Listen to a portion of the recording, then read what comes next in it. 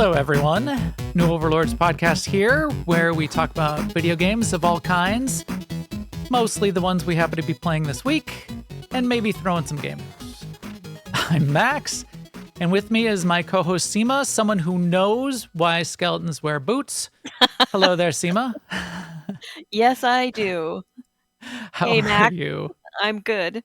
Are Hello, you good? everyone. Yes. No one's going to understand that. Well, a couple people in the chat room are actually going to understand that. So if you want to understand it, maybe join the post show, or maybe we're never going to tell you because it's a long story.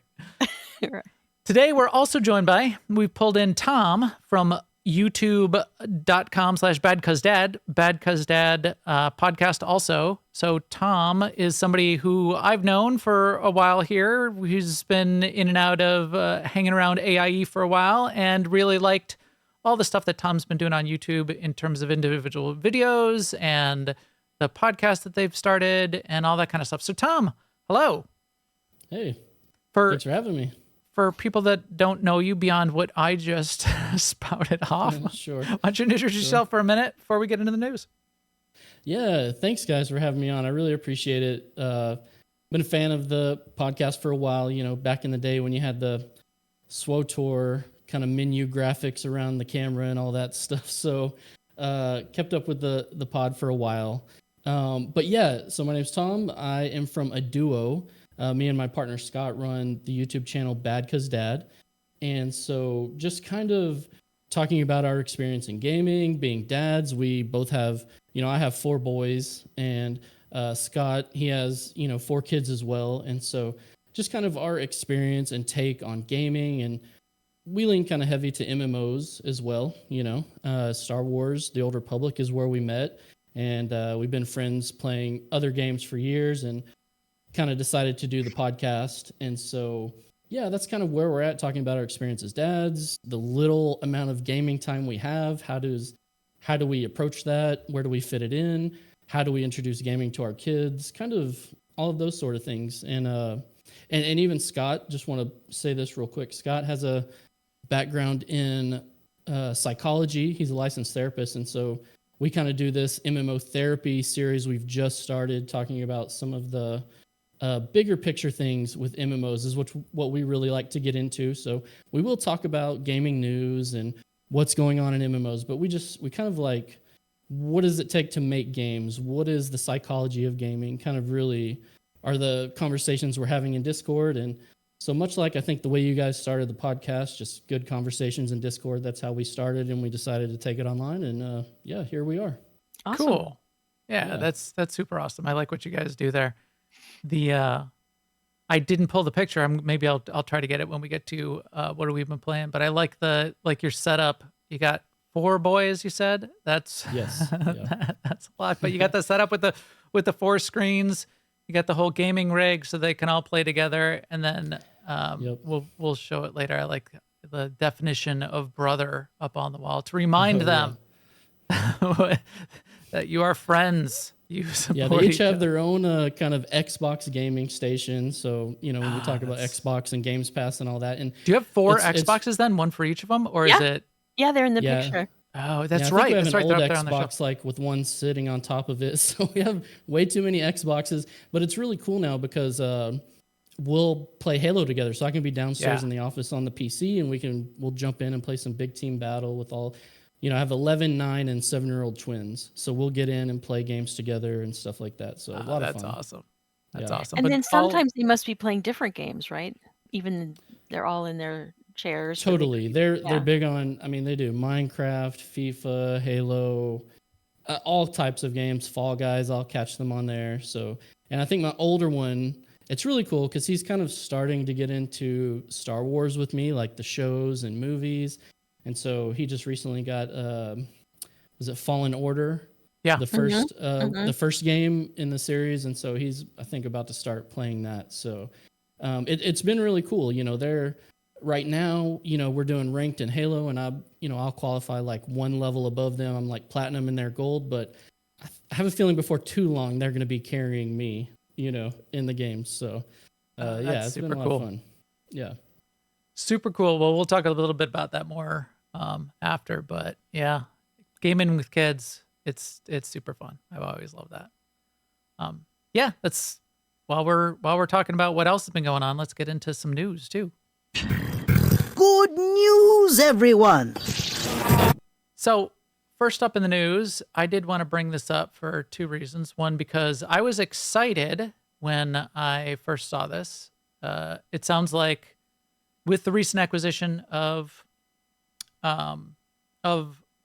Activision Blizzard King to Microsoft, a lot of that stuff is going to end up on Game Pass. So this is like a Microsoft produced Xbox talk that happens periodically. Phil Spencer is on there. He's talking about it, and he confirms, yeah, we're going to get that Blizzard stuff on. It takes a little bit of work. It's coming, so it'll come sometime in 2024. Hopefully, as soon as they can get it. Super, super cool. So I'm excited about that. Do you play a lot of Blizzard games, Tom? Yeah, I'll dabble in World of Warcraft. Obviously, anytime they have a new expansion or like a big patch, I will kind of jump into retail. I didn't play vanilla back in the day, so there's not much nostalgic pull for me to jump into classic or anything. Although I know Sema doesn't like the word nostalgia or nostalgic, I think. So, You caught that, huh? I may have heard something about that. So You yeah, can I do. say it. You can say it if you want, just not So Just yeah, not me again. not Max and Corley. Who should know better? Right. So I do play WoW from time to time, but not a whole lot of their other titles. I think I played a little bit of Warzone when that kind of came out back in the day. But I mean, if they were to bring WoW to Games Pass, I mean, like I said, I pay for it for the boys. I don't have it for myself, but that could be a draw, I think, especially. I mean, you guys could do a dungeon, the five of you.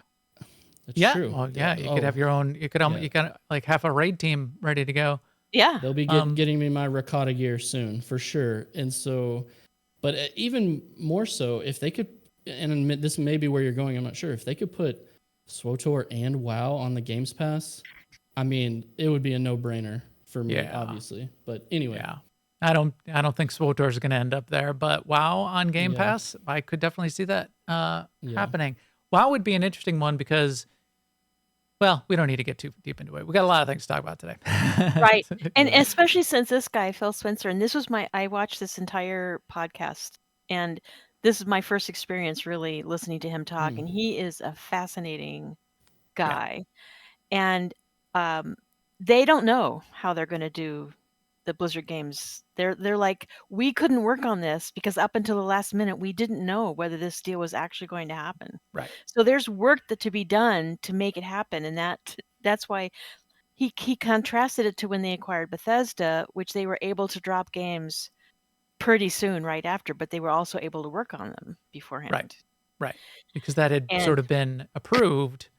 And it was it's still a long lead up to the finalization of the acquisition, but yeah. Right.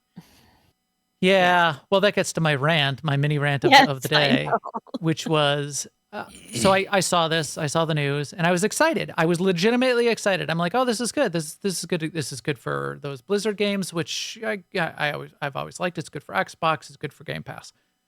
Then by later in the day, the rest of the headlines came out from the major game outlets, and it wasn't just one. It was like multiple, one after the other, with such of a glass half empty.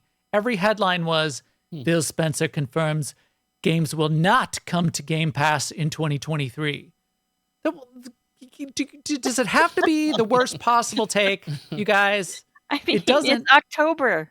I know it's already October. It's like you're going to sneeze. The holidays are going to be here, and then it's going to be 2024. You're going to get the games on Game Pass. Don't always go for the negative hot take, internet. You're terrible. Internet is bad. And this is one thing I really was fascinated by, or loved actually, about Phil Spencer is I hate the phrase no ego, but it seems like he was just bringing no ego to the table. He was saying, one of the things I'm excited about, because I don't know anything about mobile, is talking to King and learning from them. Yes. About the mobile world and, this and that and the other thing. And I don't know, it was cool. And that's, I think, going to be really interesting. You're right, Sema. Phil Spencer is, I think he's relatively well respected across the industry. He's relatively well liked compared to a lot of other gaming executives. Phil Spencer is liked, and a lot of other gaming executives are hated. I mean, they cannot wait for Bobby Kotick to be gone. They're super glad that what's his name from Unity just left the company. Stepped down. Yeah. So Phil Spencer is pretty well liked, and deserves it. He's so down to earth, and I think the reason why people like him is you can tell he's like a real gamer. Yeah. Like he plays games, and Right. that's refreshing from someone who's in charge. And kind of in the same way, I'm kind of a fan of Steven Sharif making Ashes of Creation. It's because you can tell he actually plays games, you know, kind of a thing. Right. So, and it's not one of those executives, which, I mean, you need this kind of executive in certain cases too, Sure. but I like that game. I like that game because money. But what do you like about the game? The money. Have you ever played the game? I play with my money that comes from the game. One of the things, one of the two podcasters, I guess that this is their podcast, he asked him the question of, how do you do all this traveling and visit all these places and still run Xbox? Because he's the head of Xbox. And he said, well, it's really all the other people doing all the work. Yeah, he's a lead. You don't solo run a multi-billion-dollar division. And traveling around and meeting with people in all of these places. But he didn't try to say, "Oh, I'm except- just super efficient," or I have 7 habits of." Yeah, he's like, "I do this. I bring my thoughts. I learn. Someone else is doing all the work. Just all the teams." That is pretty down to earth. Yeah, as opposed to read my book. He says, "I bring my ideas, which are usually wrong, but yeah." Yeah, he said he likes to empower. I think those were his words, right? Empower the studios to really create the vision they want. Yeah, it's very cool. And now it's studios. It's a lot of studios. This completes another set of acquisitions. And now it turns out, I mean, Microsoft now owns Obsidian and all the great games that they make. They own ZeniMax, so like ESO. So World of Warcraft is now a Microsoft title. Elder Scrolls Online is a Microsoft title. Just Bethesda in general. There's some massive, really cool stuff that's under Microsoft. I'm a Microsoft fanboy because I worked for Microsoft for 13 years. I say that all the time. So I don't deny that. I've always been a fan of the Xbox, but this is way outside of Xbox. I mean, Phil is the Xbox games division. The console itself is really beside the point. Anyway, in other Blizzard news, just to keep us on track here, Diablo Season of Blood, Season 2 of their Season Pass started yesterday. Yesterday, it started. I like Diablo. This is another one where nobody hates games more than gamers. Diablo has been like bashed and hated relentlessly with the hottest of hot takes over the past couple months. However, it could be a turning point. We'll see what happens from here. It sounds like people are starting to like what they're hearing of the changes that are coming. So first set of changes that have actually come with Season 2. And the dev team was very clear on this. They said, you're going to get the base game and you're going to get Season 1 relatively quickly, and do not expect fundamental changes based on feedback and what's going on and tweaking of the game to come in Season 1 because it's done. We're shipping the game and we're going to ship Season 1. So just so you guys know. So that was fine. Season 1 came and nobody was happy with it because they didn't fix all the stuff that they felt that they should have fixed. Season 2, they're fixing some things. They're making it faster to level. They're fixing the way some of the weapon stats work. They're fixing some of the balance, and they're fixing more and more and more, and alluding to more that's going to be fixed. So we'll see. I love the base game. I love the story. I think it's a really good game. I think it's one of the best ARPGs ever made. The internet would not agree with me. The internet, but we know, as I always say, the internet is wrong, and nobody hates games more than gamers. But it could be at a turning point where we could see this upswing. And if people remember Diablo 3, for example, Diablo 3 was hated when it launched also because of the way the auction house worked and the way they were trying to structure weapons so they would work on the auction. People hated that. And it took a while for that to come out of there. And now, if you ask anybody, Diablo 3 was the most amazing thing ever. Why can't Diablo 4 just be like Diablo 3? People say that relentlessly. So I know you alluded to this when we were talking, and this seems like one of those cases. And I think a lot of other games get into this situation where they launch, they have a peak when they launch, but then there's a long tail for a lot of games, and it might take a while for some of these AAA games, these big games, these games that have the long tail, to get to a point where they're actually well liked and well understood. And that may be like year 2 or year 3 or 18 months, 24 months. One of the games you mentioned, Tom, was Cyberpunk 2077. People love Cyberpunk 2077.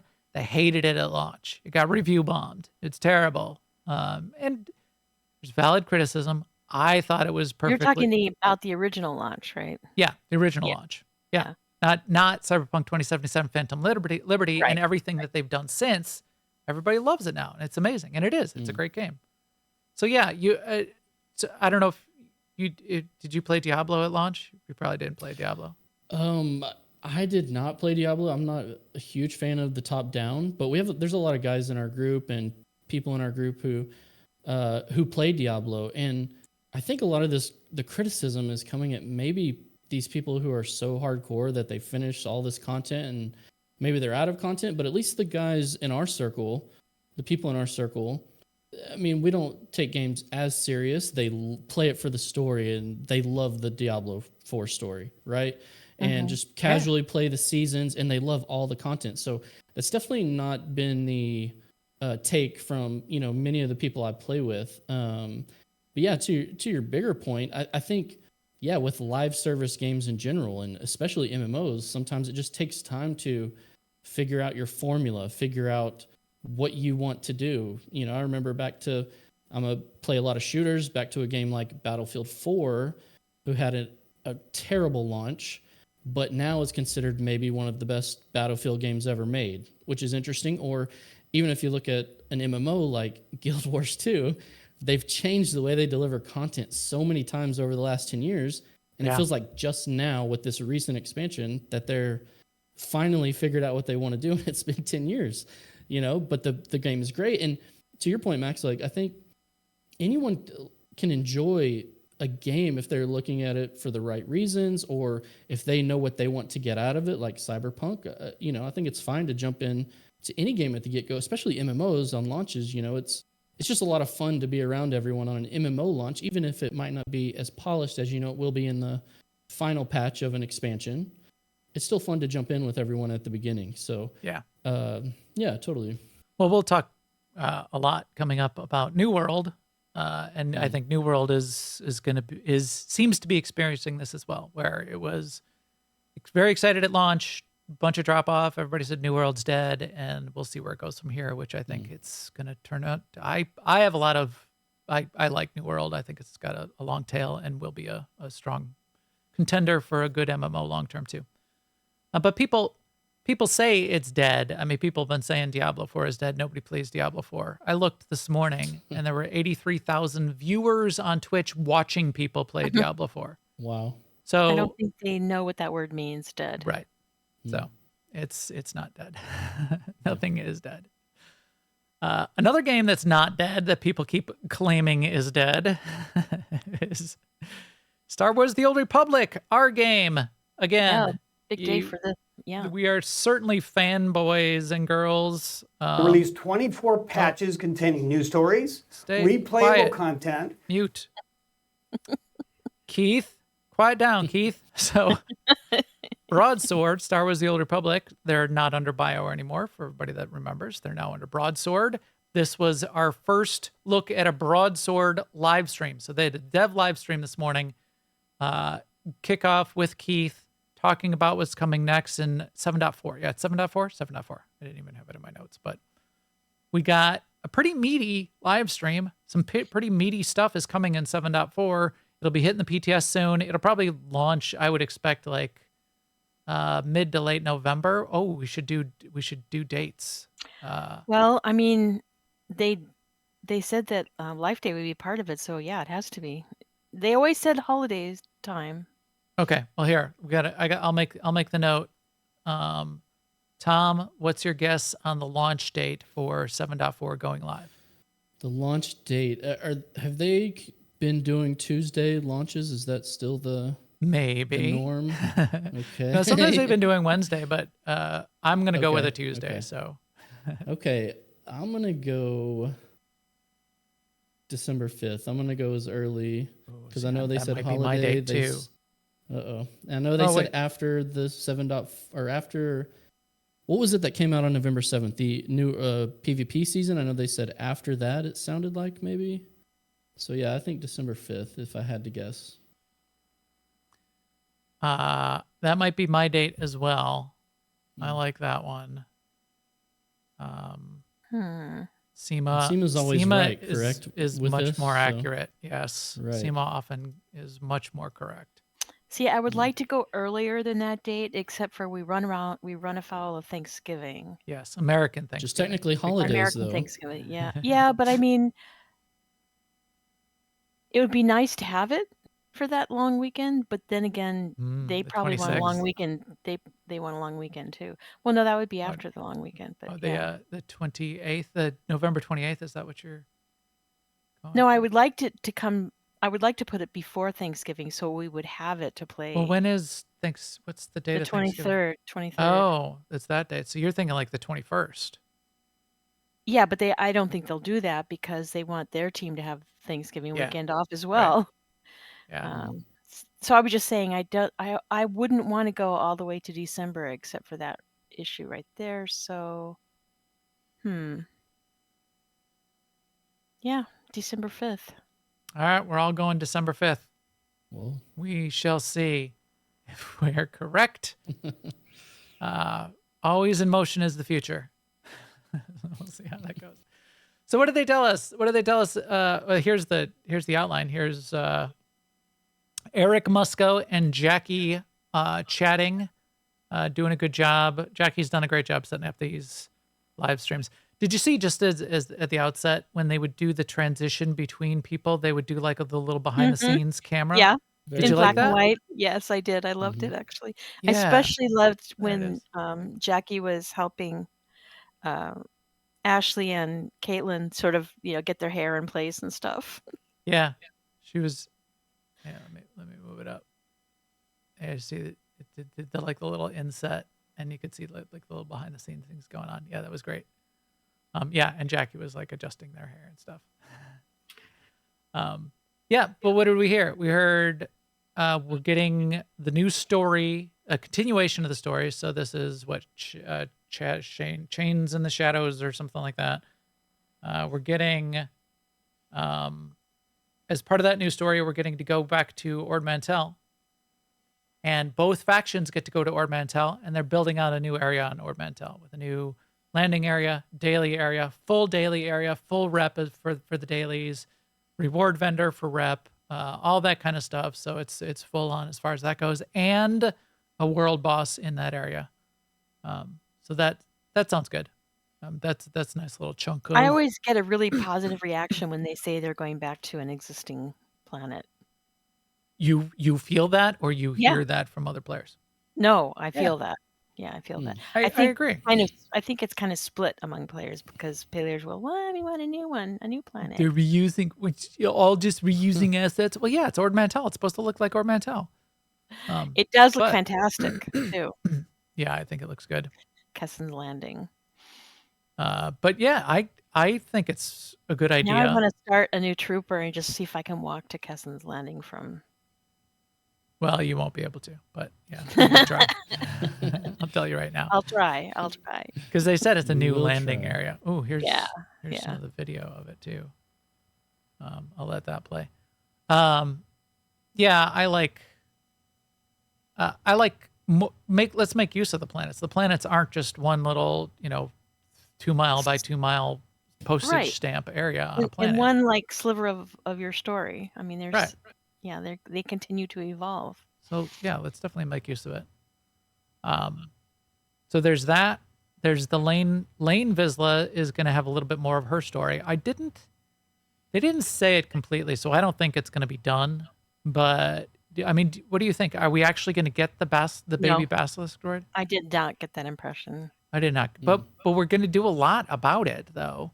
There's like a story. We got to go talk to the collector. We got to get them involved. We got to go get that new HK droid involved.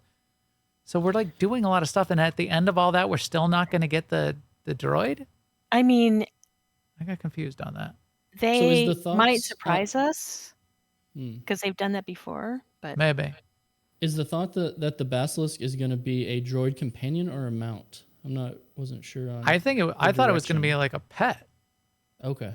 but maybe like a companion size. It's not going to be a mount. There's already basilisk droid mounts in the game, actually. It was like a cartel market thing. I don't have one, but they exist. It was either going to be like a small version companion, almost like one of the animal-sized companions, or a pet. And it was not clear to me which it was going to be. I hope it's gonna be a that was all companion. That's- speculation, right? Yes, it was all speculation, but it is supposed to be little, because it was little for some reason as part of the story, and not like a full-size basilisk droid. Anyway, we'll see where that baby goes. Right. They keep saying baby, so we'll see. Because even Ashley and Caitlin said baby. Yeah. They also showed off some of the lighting improvements, so they continue to invest in the platform and the engine, and that is going to be retroactively active in all of the cutscenes and stories that are already in the game when they get it done. This is more evidence that the game is not dead, people. They wouldn't be doing this platform stuff to set them up for the future. So they're doing that. Sema, you've been into this quite a bit and have seen how it's worked, which it seems a little bit like how it works in WoW, the GTN. So did you see what they're doing there? I was really intrigued by it because, yeah, I like the GTN updates, but the one that stuck out to me the most is you won't even, when you buy something, it doesn't even come in the mail anymore. That's like really thinking outside of the box, because in every game that I'm Outside of the aware of right now, mailbox. outside of the mailbox, you can claim it right away. I of course love that you can price things at the unit price, even though you want to put a stack of, because that's, to this day, I have to get a calculator out unless I'm going to do round numbers. Right. It only makes sense. And I'm really pleased that they're putting any work into the GTN at all, because in a way, this kind of work on the UI is kind of like thankless. Yeah. So it's what you do when you when you love a game and you want it to be the best game that you can do. You put money into stuff like this, so I'm excited about it.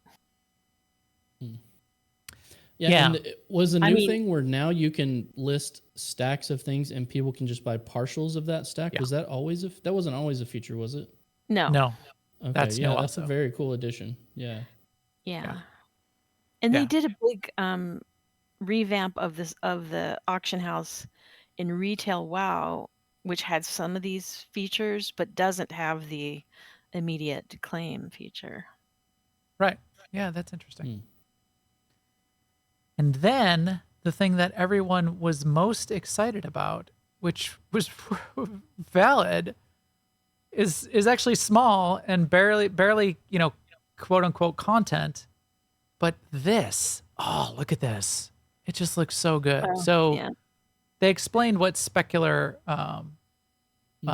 what like a specular node in a materials are. Basically, it's how shiny a surface is, how metallic it is, how much reflection is coming off of the material as it's applied to a surface. So here, let me actually pause this. This is a good example. So this is very glossy on the shoulders. This is still metallic looking on the flat parts, but it's sort of in between.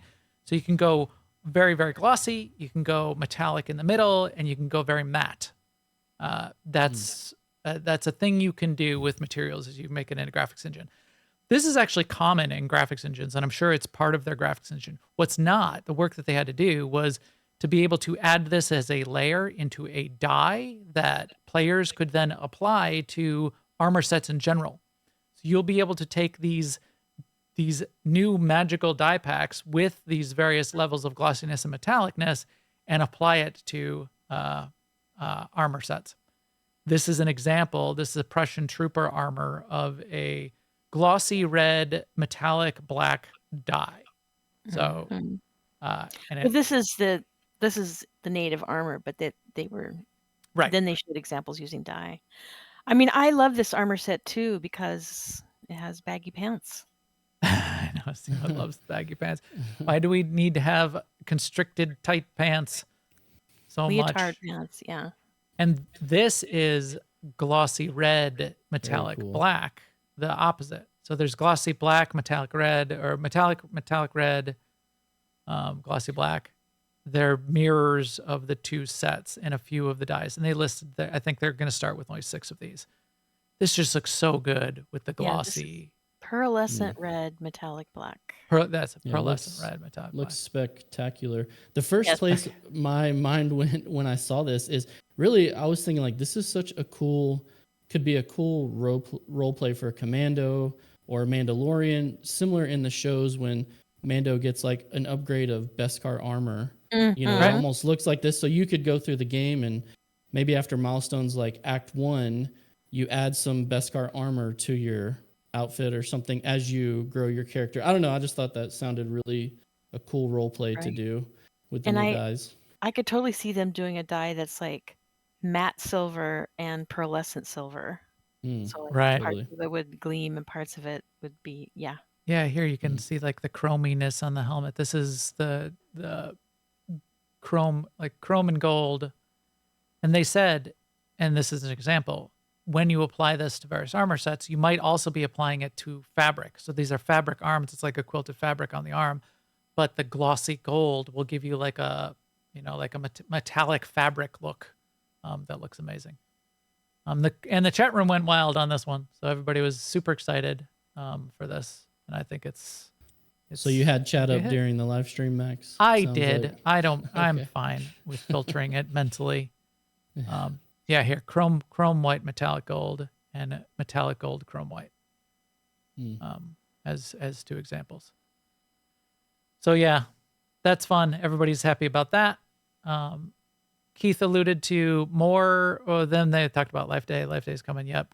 More stuff in the cartel market, like the, what's her name from Ahsoka? Oh, Sabine Wren. Sabine Wren's armor is coming to the cartel market. You'll be able to get that, and it looks good. What was this? The stuff? suppression trooper armor, though, was that cartel market? That's coming to the cartel market. You'll be able to buy it and the weapon set for it. Okay. Is that a take on like Dark Troopers armor, maybe? Or It seems Not like it sure. because the word suppression doesn't seem that that non-Sithy. right? It seems, yeah, no, it's Sith side definitely. Where was there? Well, they had trooper, a really the cool word blaster. trooper. But yeah, you're right. It's a dark. Yeah, it's definitely a dark side. It's a Sith side, Sith Empire. Oh, I want this rifle. I thought this. So this is the suppression trooper rifle, which I thought looked really good. I like how the barrel's worn off. That's Yeah. So when I was thinking about this, the whole thing of how this kind of armor works in the specular layers, in the material node, I want another layer on top of that, which is the In ability Fuego. to apply additional textures. I want like scratches and stuff that I can apply on top of this, and just give me the whole give me the whole materials node system from Blender, and I'll make my own materials. Give me your base materials, and I can tweak So- on top of that. That would be great. Eric did say that the dyes were just the beginning. Right. And where you can apply the dyes are just the beginning. Like they can start making mounts and weapons with the pearlescence and the reflectivity and that kind of thing too, which is cool. All right. Tons and tons of good stuff coming in Star Wars The Old Republic. We will be talking about it more as the days go on, I'm sure, because it's going to hit the PTS. And as it hits the PTS, we'll talk about it and show it off, and I'm sure we'll be playing it too. One other thing news-wise we wanted to mention because we had a blast doing it. It's our Is news. some news. The new Overlords podcast had an interview. We talked about at PAX West, I saw the Girl Genius Adventures in Castle Heterodyne caught my eye, and I talked all about it, and I was like, oh, this is really cool. This is an old webcomic, and it's been around 23 years. I got so excited to see it turned into a game, and I was really surprised. So it came to life on the screen, turned into a game. Saw it at PAX West, talked to the lead developer at PAX West, Kenneth Engelson, and we got connected afterwards, and Kenny and a part of his team said, hey, well, why don't you guys do one of your interviews like you guys do? And I said, okay, Sema, what do you think? Sema said, I'll allow it. And so then we set it up and we did the interview. So you can look on our feed. It actually, we put it out as a special episode in the middle of last week's and this week's episodes on the feed, audio and video. You can hear all about how they got connected with Phil and Kaya Folio, the original creators of the comic, and how they were involved in the creation of the game itself. It's a fun little game. There's a free demo you can get on Steam and you can play it. But the whole process, we got some of the sort of the behind the scenes, behind the games type process of converting the comic so faithfully into a video game, and for a small team from an indie studio to be able to pull it off as well as they did, I thought was really cool. So it was fun talking to them about it. Sema, any of your comments there coming out of our interview? I would just say, playing the demo, I was really happy with how fun it was and how sort of witty the dialogue is, and what the pace of it is. They move the story along very smoothly and quickly. Yeah, I liked it. There's a little bot companion that she has. Mm-hmm. And we have this in Star Wars: The Old Republic, and you have this in other games where sometimes you'll get to the point where you need to take control, and this happens all the time in Star Wars: The Old Republic. You take control of a mouse droid. Okay, now here's the part where you got to take control of the mouse droid, because the mouse droid can go where you can't, and you can go do a thing, like unlock the door. There's a droid companion in the game, and you use quite a bit in this way. It's called Dingbot. It's like a little pocket watch with legs and arms, and it's very cute. But as you were saying, Sema, they did the controls on that, even, just for this little platformy, retro style game, they did the controls really well.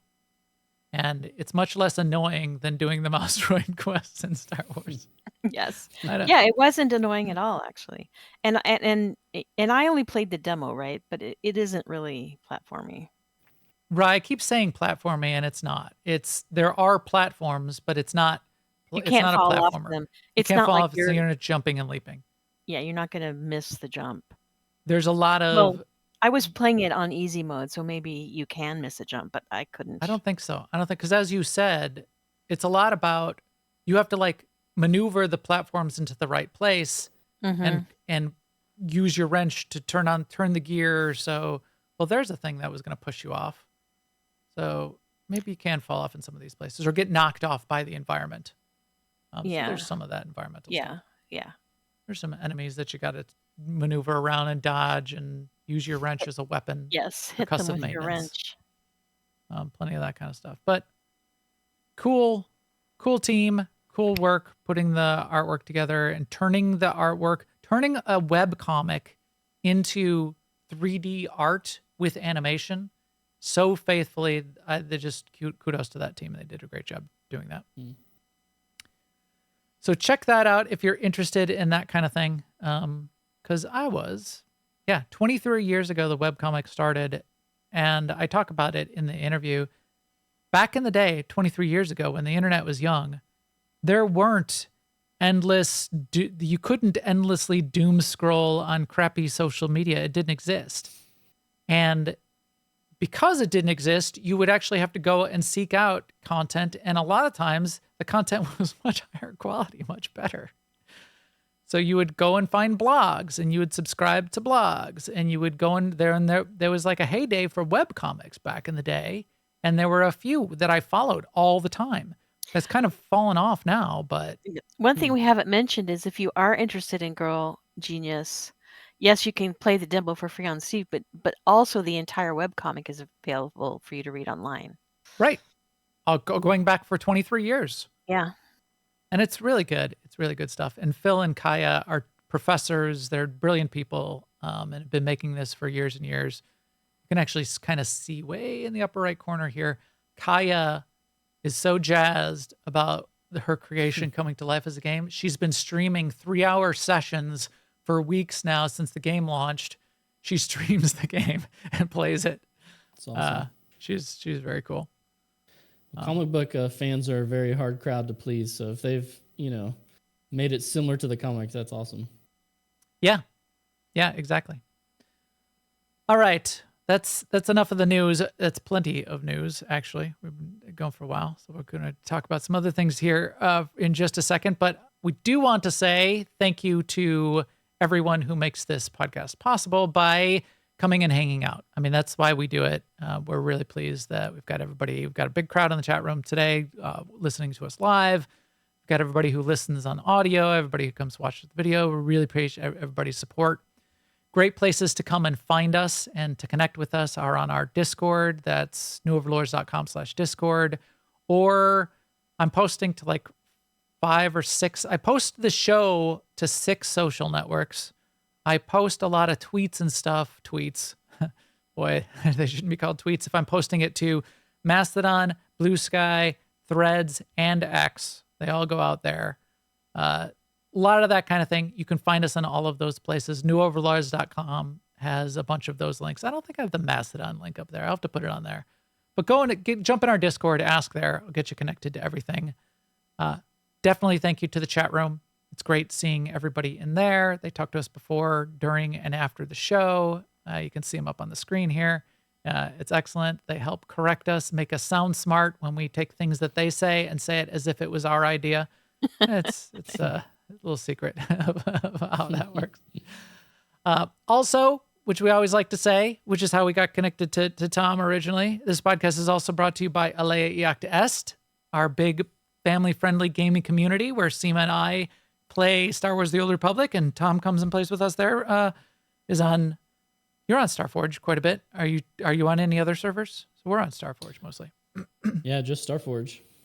So Starforge, but we're also in all of the MMOs. We've got guilds and game communities running in all of those and a lot of the other games people playing all the time. So jump in the AIE Discord to get connected there. Join our SWTOR guild. That you can all find on AIE-guild.org.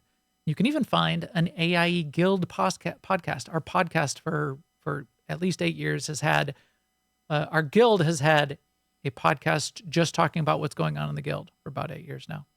That's always been super cool. So we have hundreds and hundreds of people in our community, which is awesome. All right. That is good for us as far as that goes. Let me move us on here. Listen to this. Does this sound familiar, Tom? Tell me, have you witnessed their power? I have. Have you witnessed their power, Tom? Well, I've heard that very recently because I just jumped into New World. So very new player. I know you guys have been, or at least you, Max, have been playing maybe since launch, right? So yeah. Yeah. In fact, I played in the alphas and betas. In which time it was a very different game, and we can mention that too.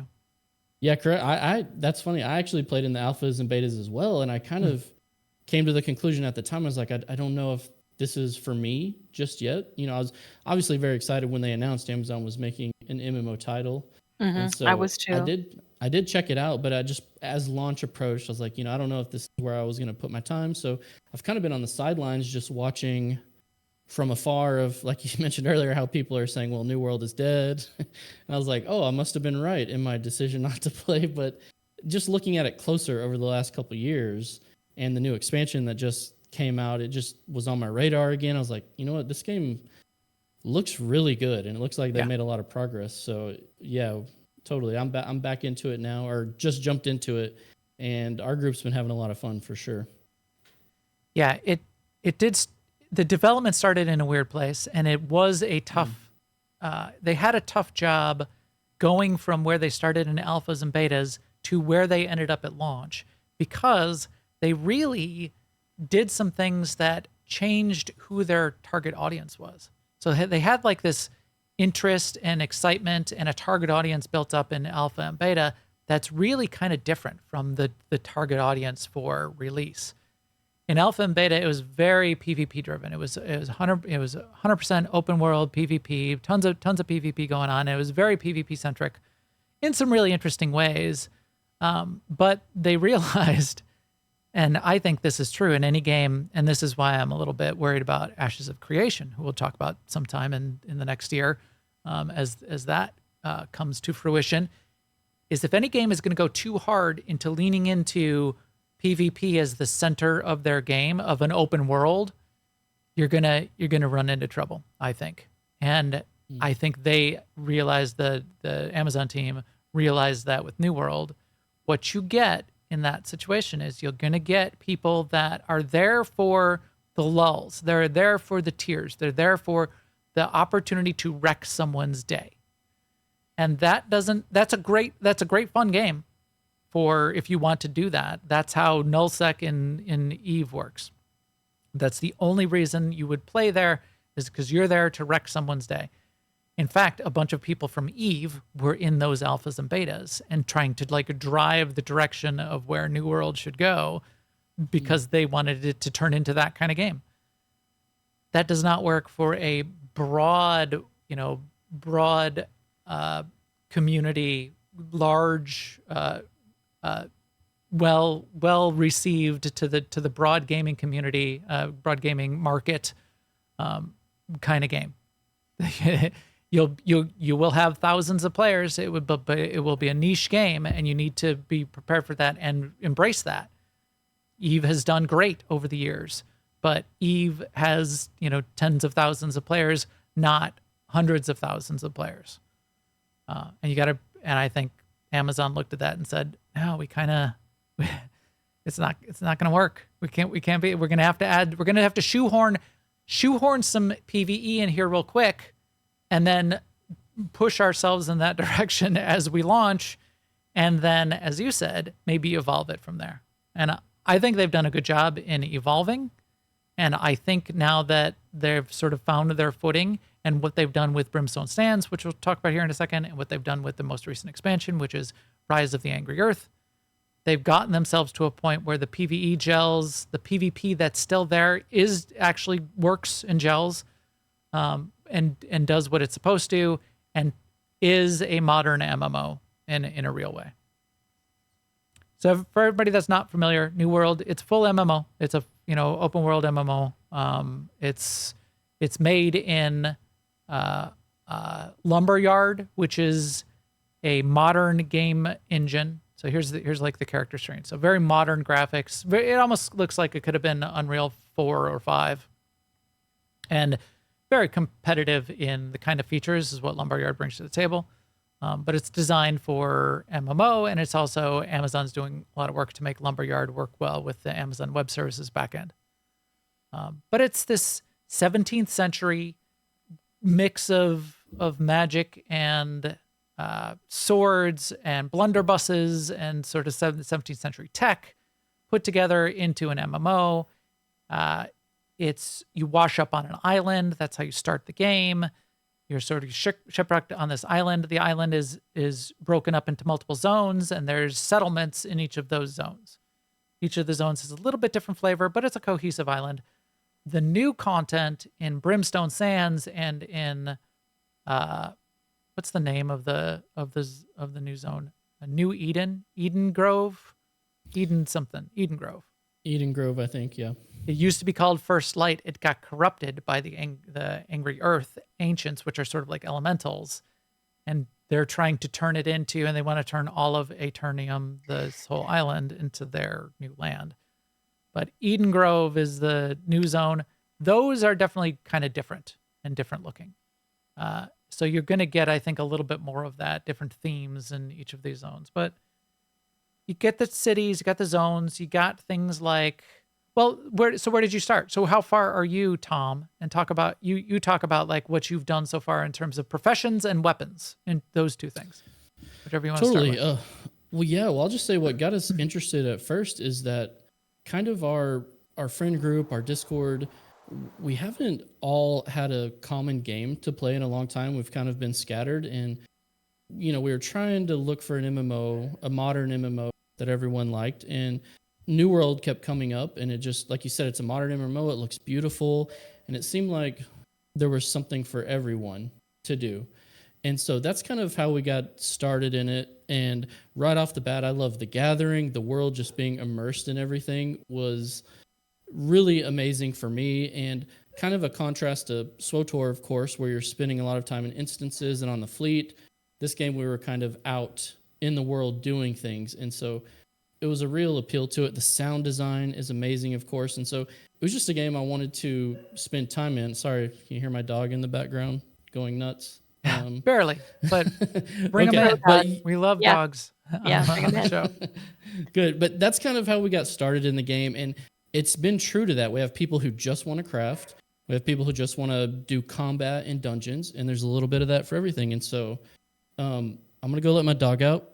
And you guys can continue. I'll be right back. I'll round out around that a little bit, because that's that it does a good job with the crafting and the gathering. In fact, I have. Let me go back to it, because one of the things I love the most about the crafting is the audio design on the crafting. It's so. This is the one video where I left the audio on. So you'll hear me. Got this big magical tree that I'm gonna chop down to here. And you hear the thunk of the axe going into it. Yeah.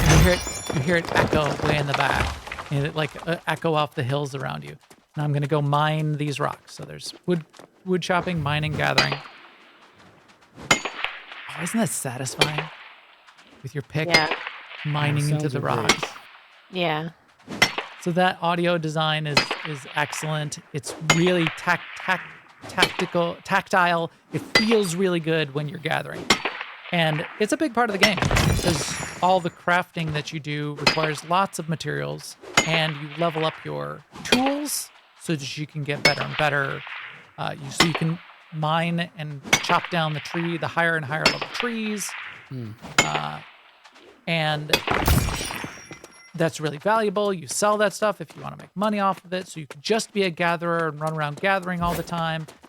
And if you like that kind of thing in an MMO, they do a really good job of making it feel good and be profitable and useful, which I really like. The funny thing is Max and Sema, I am never a crafter in games. Like, that is not my play style. So I'm a rush to end game, spacebar every quest, get my PvP gear, and jump into war zones, right? So that's my normal way I approach MMOs. And so that's why I think it's been so refreshing in New World. Is really all I want to do is, I think I'm getting close to 250 on my skinning. And so I've really enjoyed that. And when our group jumped in, we kind of all decided to choose one crafting area. And so, of course, I'm trying to get my armor smithing up. So I'm doing lots of hunting, lots of gathering, those sorts of things. And so it's just been a really nice change for me to approach an MMO in a different way than I have in the past. And I think there's something about it, Max, maybe you can speak to this too.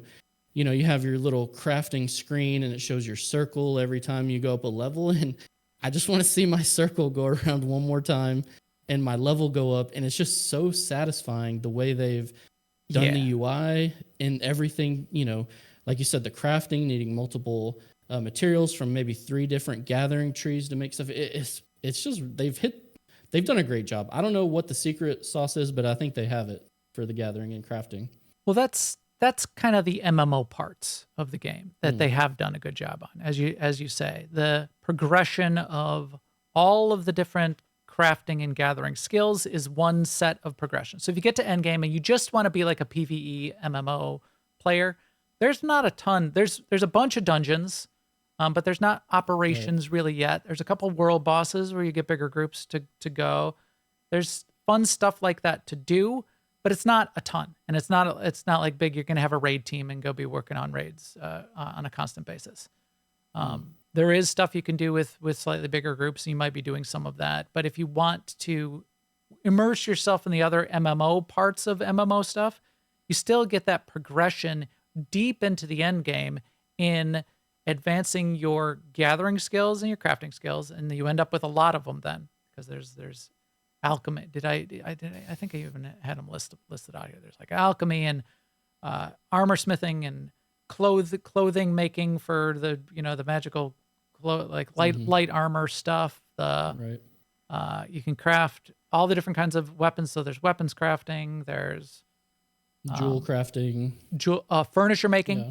So your houses are a big deal in this game, and you can make furnishings. You can seek out new patterns for your furnishings to build out your house. Some of the things that you're going to place in your house actually give you bonuses in the real world. You have these gathering trophies that you'll hang in your house. You can hang up to 5 of them that then apply bonuses to either your gathering or your crafting, all that kind of stuff. Then it has got a whole profession around it for like making the furniture. Seeing that kind of stuff progress and continuing to progress your gathering and your crafting makes sense. And then we'll talk about weapons here in a second, which is the other progression tree.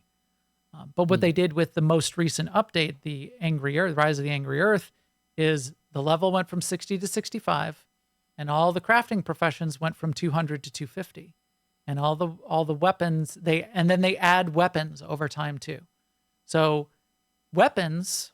And there's a ton of weapons. So the way your abilities work is you can swap weapons, and you need to level up that weapon to unlock the ability tree for that weapon. And then you can customize your abilities, and you end up with like 3 major abilities and a bunch of passive abilities that's your ability set with that weapon.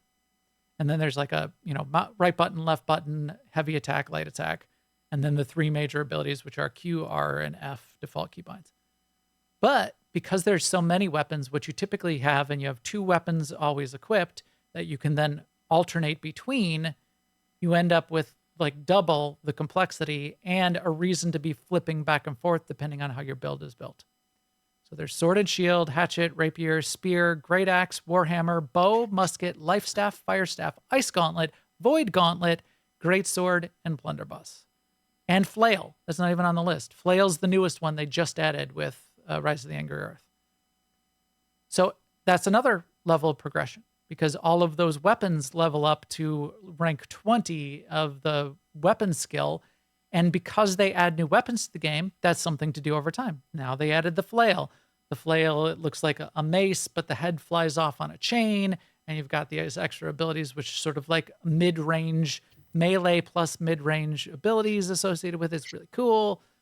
They add that in. It gives us something else for everybody to still do from a progression standpoint that I think works really well.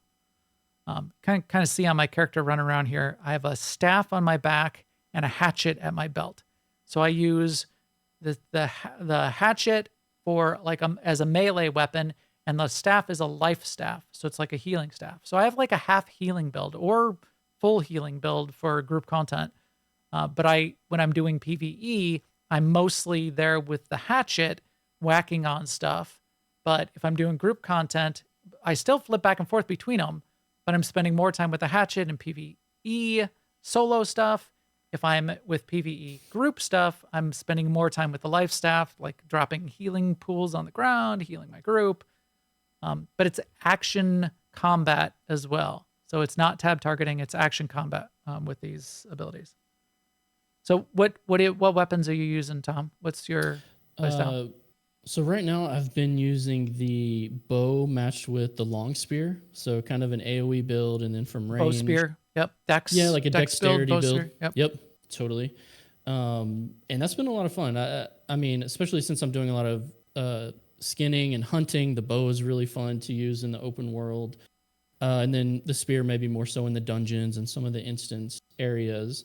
But yeah, and I like that they've put, like you said, since it's action combat, they've put a lot of the complexity like in the passives, right? Like in your tree, because you don't have a lot of abilities, obviously, like your standard, tab target MMO. So I like how they've done that, and they're really fun combos. Like I said, I'm only around level 51 ish, somewhere around there. So I have a long way to go and a lot of progression to make. And so, it's refreshing. And at the same time, I would say that's maybe one of my early, not concerns, but I'm unsure about is the combat. Usually in my experience with action combat games, I think back to like a WildStar, right? It turns into kind of like an AoE fest, when you're PvPing, at least anyway, kind of trying to figure out what's going on the screen. So, as a Star Wars The Old Republic PvPer, I don't dislike the action combat because I'm old and my reaction times are slow or anything like that, That's not why. I agree. That's totally not why I'm not as Totally fond not. of Twitch-based action PvP. But I am a fan of Tab Target. I don't dislike that in a lot of games. I know. So I'm still up like in the it. air on how that's going to play out. I like it in I like it in PvE, I should say. So I guess my concern is PvP, how it's going to play out when I finally get there, which I'm looking forward to. I've done a fair amount of PvP, and it can end up being a mess. I have not played it in the last 6 months. I've not played it since, so any recent changes, but I don't think there's been enough changes to the way combat works where you will not get a bunch of that burst spam, especially like the magic users. Most of the magic users is like AoE magic, drop a circle on the ground thing, and you just get a bunch of ability spam, and you get a bunch of people clashing in a big ball of a bunch of ability spam. And it is difficult to see what's going on. There are certain weapons, like the ranged weapons, if you want to be a bow, musket, that do really well in PvP because they can be at ranged and they can make, they can take advantage of that.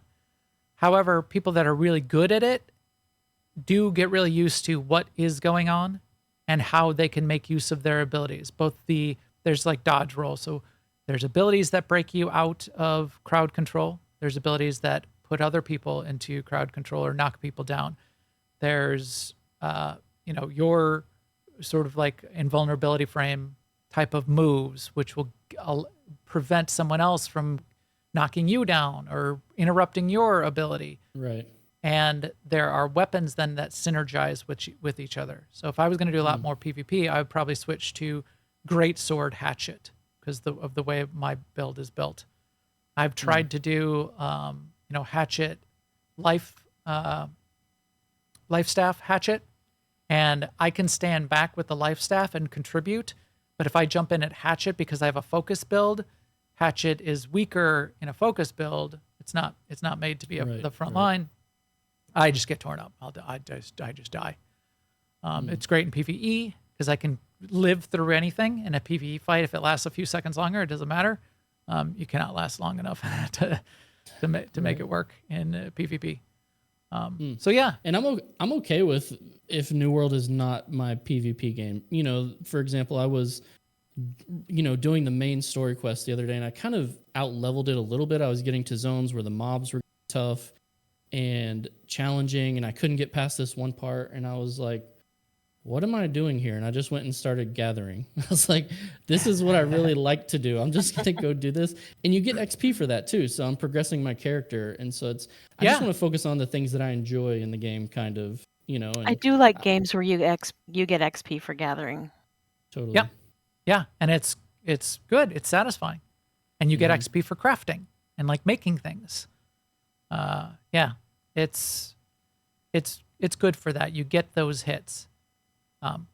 What else? It's got, you want to talk about the PvP for a second. What the PvP brings to the table is some interesting PvP modes.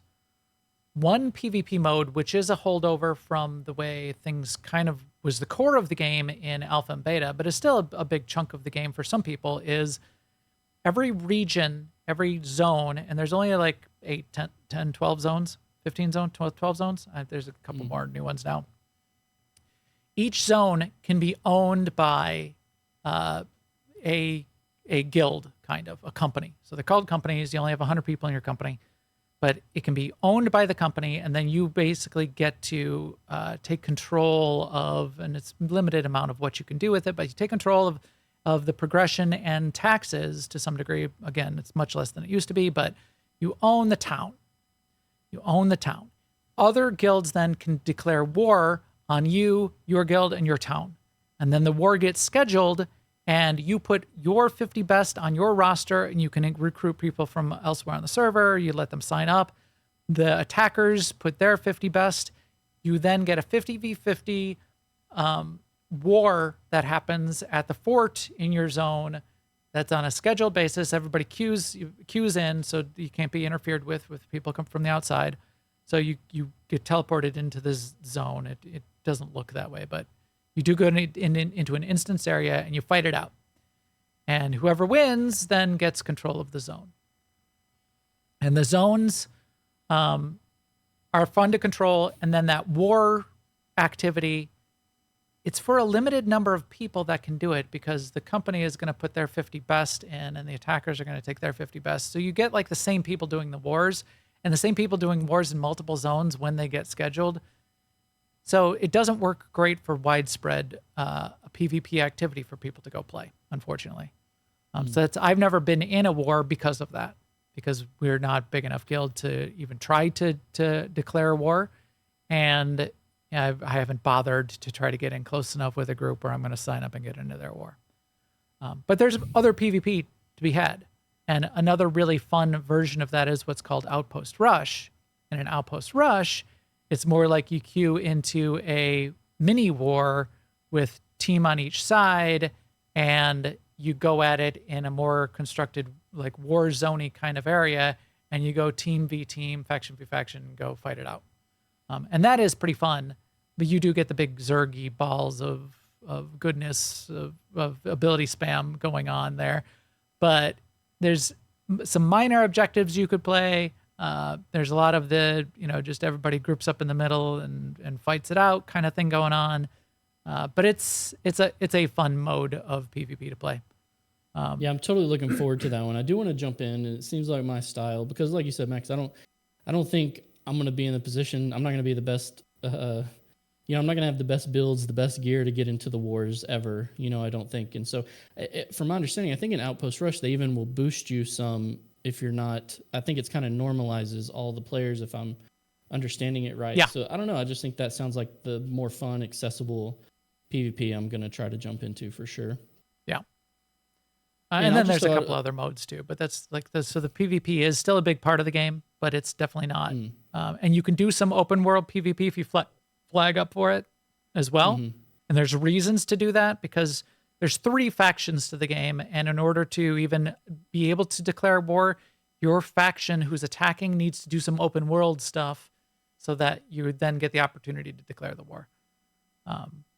So yeah, there's good stuff. We're Syndicate faction. Our little AIE company is Syndicate faction. 3 factions. You could switch factions, but there's like a long cooldown to be able to do that. And factions don't really matter besides just having some reason for the server to be broken up enough where people then do invasions and try to get influence and invade different towns and things like that. One more quick thing I'll just say about it. Some things that we've really liked so far is the music system. So, you could get a band of 5 people together with different instruments and play, and you can sit in the town square and play these different songs. It's kind of, think of like a Guitar Hero, you got to hit WASD when the note passes, the right place. And then people can tip you, because when you play, you give buffs to whoever's in the radius that hears your song. And so I think a total play style, someone could just play music all day and make as much money as someone who played the auction house from getting tips, because you have to give a tip to get the buff, basically. Oh, that's being played by the song.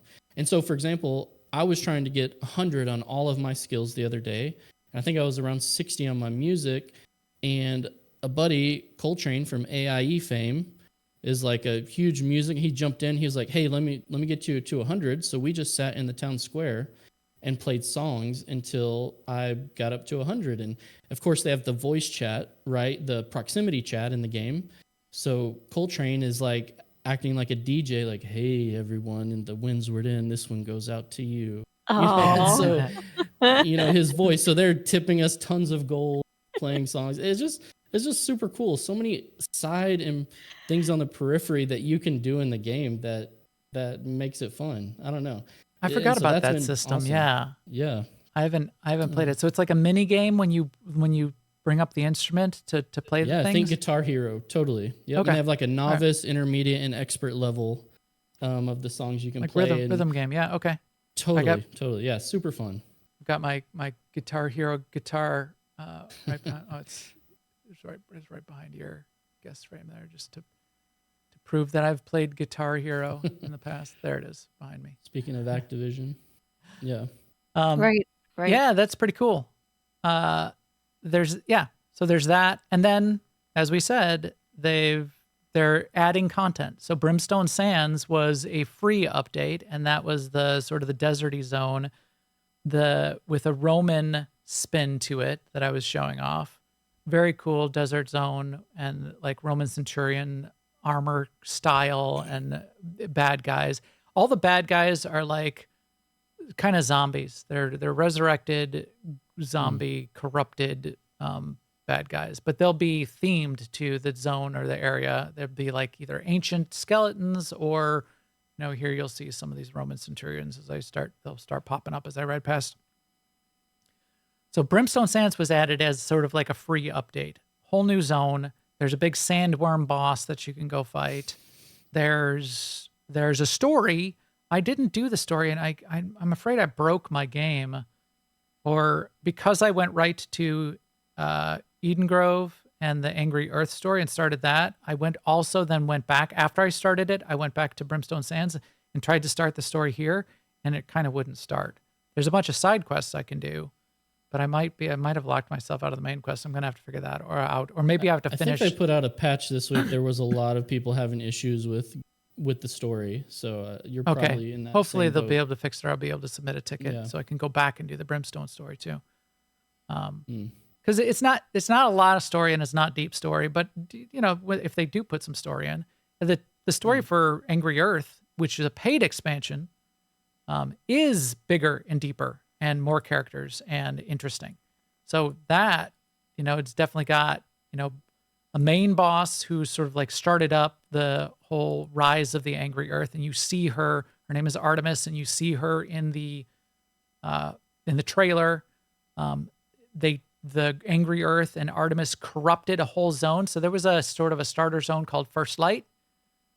And when Angry Earth expansion went live, all of First Light basically got demolished and taken over and overgrown by what you see on the screen now, which is this very colorful, and you saw it in the trailers too, the amazing looking foliage and creatures that are all part of the Angry Earth. And the Angry Earth are the earth elemental dryads and stuff that are angry because of the colonization and the corruption that humans are bringing to Eternium.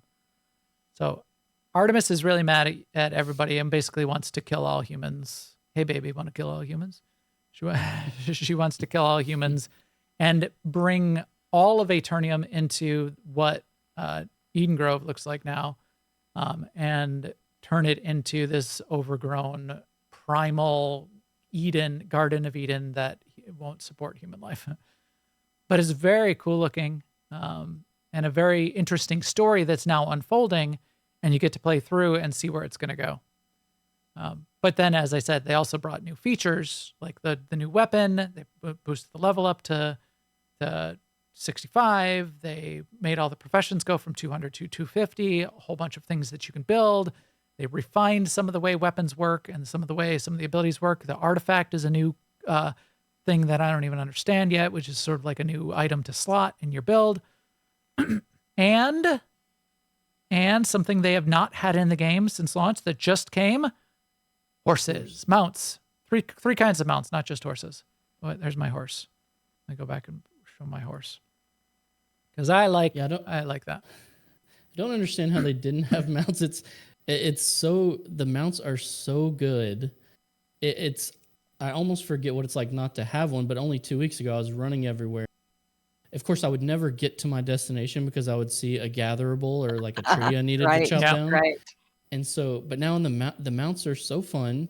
And of course, I always compare the mounts to Guild Wars 2 just because I think they do their mounts so amazing. And I wouldn't say it's quite to that level, but there's some cool functionality they've added with the cosmetics, with kind of the sprint ability, and you can build your mount different ways if you want your sprint to be faster or to have more stamina. So there's some nice small touches with mounts in it. Man, I just think it fits so well, and they feel so good in the game. I've enjoyed it. It's been awesome. Yeah, you start with a horse mount, and then you need to do some things to unlock the next two possible mounts, which are the wolves and the lions. But even just the horse, I like horses as a mount in any MMO. I'll like the more exotic mounts too, but I always like riding around on a horse for some reason. Feels really more immersive. I mean, you can ride around on a chocobo, and that does not feel immersive to me. You really need to stretch your imagination to think that this is a thing you should be riding. But yeah, they turned out good. And yes, we've had now for as long as this has been out, no mounts in the game. And it's something people have talked about even way back in alpha and beta. You definitely get used to it. And as you said, there's a lot to like gather and do in between any point to point where you might be running. And the zones aren't that big where you necessarily would have been running too far. But you might have to like run 10 minutes between two points of interest. But it didn't feel that bad. But now with having mounts in the game, things feel great. So yeah, you're right. Agreed, yeah. All right, everybody. So that's New World. I'm going to definitely be in it. They have events. An event just started this morning for Night Vale Hallow, which is like a Halloween style event with like a big world boss and a bunch of currency you can farm and dailies to do and cool cosmetics that you can buy, like this pumpkin head thing on your head, and trick-or-treating that you can do, as every MMO likes to do, create these kinds of events. I had not done this one last year. I think I am going to do it this year because I want that pumpkin head. I like that. I want to wear that. I mean, why wouldn't you want to wear a pumpkin head? Right. There's even weapons that you can unlock and craft. They aren't the highest level weapons in the game, but they're solid end game, close to end game weapons. Then it's sort of like you do the event and it's easier to get a cool new weapon. Fill out your weapon set, especially since you need one of each of the weapons if you want to try to level them up. It's a good thing. So I think that's what I'm going to be doing this week. My gripes with the game have been very, very small. I highly recommend it.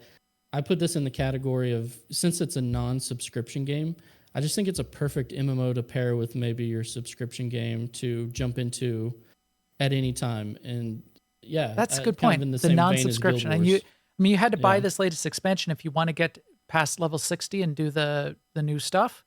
But non-subscription MMO, like this is a AAA MMO with no subscription. That is a good point. So come and go, do the events, jump in once in a while, play the game. I think Amazon is subsidizing it in that way. I don't think there's a lot of companies that would be able to do a AAA live service MMO and not have a subscription, because it's not like the cash shop has all that much in it. It's definitely not pay to play. I barely look at the cash shop. There's not all that much in there besides cosmetics. So they're investing to make something interesting here. Yeah, I'd like them to add a few more guild features, like a guild storage and some things like that. And of course, swimming. Can I swim? Maybe that's a big one I'd like. But everything else has been great. Totally. Yeah. Fishing's good. Good profession. One of the core professions that you can get. And they did a pretty good implementation of that. What happens when you try to swim? Do you just walk along the bottom or do you drown? Or... Yeah, you're like Pirates of the Caribbean. You're just walking on the bottom thinking, I've made a grave mistake. And and if your stamina runs out, you drown. Yeah. So yeah. You will drown. But yeah, it's great. All right, so that's that. And I've been playing a bunch of that this week, but I think there's other things that we've been playing too. So why don't we talk a little bit about that to wrap us up? It looks like meat's back on our menu, boys. No way. God, finally. Oh my God. I kind of like the maggoty bread. I'm nostalgic about the maggoty bread. Are you? Speaking of nostalgia, what have you been playing, Sema? Well, I have been playing Wrath Classic WoW, and that's largely because I'm taking advantage of there's an XP boost that's going on right now, and we don't know how long it's going to go, when it's going to end. In So yeah, Wrath? in An Wrath, XP boost? They haven't said when it's going to end? right. Oh. What is the level cap at right now in Wrath? 80. Oh, it's 80? Yeah. Oh, This 'cause is I'm- before any kind of squish. So the level cap is actually lower in retail, I believe. Yeah. So when I get a chance to play some hardcore, I will have lots of rested XP. I'm looking forward to that. But I did a thing in Wrath Classic where I transferred my druid over from Pagel, which is where we originally started. We transferred the guild over to Mankrik at one point. So now I have this level 60 druid, and I'm reminding myself how clunky druids are back in this day. Like every time I run up to do and click on something, it says, "Nope, you can't do that." Because you're an animal form, that Right, kind of thing. any kind of form. Like if you're just any other class and you run up to something, and you click on it, it'll just dismount you if you Right. can't be on your mount. But not a druid. A druid just gets a message saying, "Sorry, you can't," and then you click on something and then you turn it in. So that's annoying me. That is annoying. So I don't know my plan was, because this druid is level 60, I was going to use this time to maybe level her and try to get close to 80, but I don't know. I'm kind of annoyed every time maybe I'll save my druid time for when and if I play retail again. Yeah. But yeah, but then I've also been playing Star Wars: The Old Republic, as has you. Yes. So I'm kind of excited about the stuff they talked about today on about the coming 7.4. I mean, I'm not kind of excited. I am excited. Yeah. I 'Cause it's didn't fun quite game. track what we're going to have to do to get the higher level of gear, but I figure I'll just go click on hide and seek at some point and they'll tell me. Yeah. I mean, we sort of glossed over that. That is interesting. I wonder, though, I mean, they didn't say they're making any of the content harder. So is that going to like open vet mode R4 for us if we get No. our gear up to 340, 344? I don't know. Like 340. I'm okay. Because there are no gear upgrades in R4 in story mode. This might just be remedying that. Right. Well, I think they want people to be able to progress. I think, yeah, I don't know. I mean, vet mode is a big jump for R4 from story mode. But if we could start killing the IP daily droid in vet mode and start to get some of those vet mode tokens once in a while in R4 vet mode and get our gear to 344, and then we would have some progression even inside of there. It would make it appealing to try for. Probably be good for us to finish story mode for once. I know. I mean, I think part of it, part of that too.